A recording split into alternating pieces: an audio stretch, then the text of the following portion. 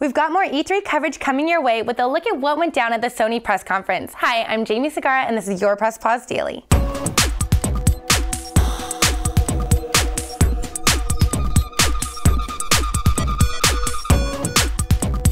Sony was the next of the big three to hold their press conference, and here's what went down. Like Microsoft, they came out swinging with a big first look. As we predicted, David Cage came out to show off the next big cinematic gaming experience from Quantic Dream called Beyond. The game will star Academy Award nominee Ellen Page as Jodie Holmes, who's a bit more connected to the world beyond our own than most. They showed off the first scene of the game. The game itself looks to be a bit more action-heavy than Heavy Rain. No word yet on a release date. Next up, Sony showed off their Smash Bros. Clone PlayStation All-Stars Battle Royale. The game will be coming to both PS3 and Vita and will allow cross-play between the two, which they demoed on stage. They showed a pretty good battle and made sure to show off the power-up system for the game. They gave no specific date, but announced that it would be out later this holiday.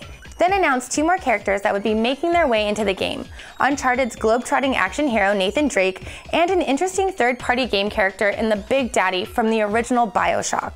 Sony then dived into the Vita and PSN sections of the event, talking about how Sony would be bringing 200 titles to the PSN over the next 12 months. They also stated that the PlayStation Plus service would be amplified to give users more free games every month. For the Vita, it would finally be getting access to PSOne Classics later this summer, and made sure to call out PSOne Classics, Tomb Raider, and Final Fantasy VII. The big Vita reveal was a first look at the upcoming Assassin's Creed 3 Liberation, which will feature the first female assassin in an AC game and will be set in New Orleans. Along with that announcement, they showed off a Vita bundle for the game that'll feature the game, a 4GB memory card, and an all-new white-colored Vita system. Assassin's Creed 3 Liberation will launch alongside the console version this October. And speaking of Assassin's Creed 3, Sony showed off some brand new gameplay, which is a little different than what fans of the series might be used to, as you'll take Connor to the high seas of the Caribbean for ship-to-ship naval battles against the British.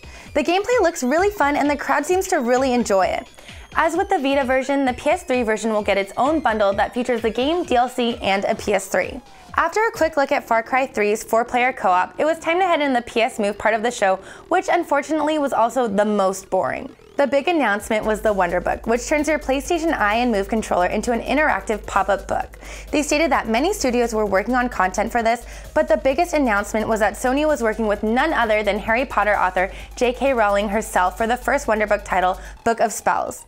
In connection with Rowling's Pottermore initiative, it'll teach your kids the art of spellcasting using the Move controller as your wand.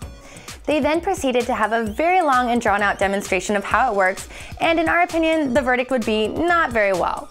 Next was a brief bit about some PlayStation Suite mobile news, then they brought the energy back up with their final two game reveals.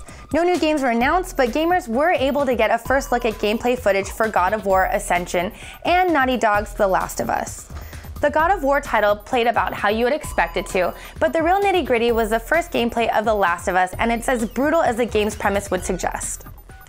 The demo shows the two main characters, Joel and Ellie, making their way through a destroyed hotel when they come across scavengers. Joel has to deal with them even though he has little in the way of ammo. After they're discovered, we see a back and forth between Joel and the scavengers, with Ellie helping when she can. It ends with Joel wrestling a shotgun away from the last enemy and ends with him blasting the enemy in the face. Needless to say, the crowd went wild. Sony does know how to go out with a bang, as it were. They didn't have any real new announcements, but there's plenty for PlayStation fans to keep themselves busy with over the next year.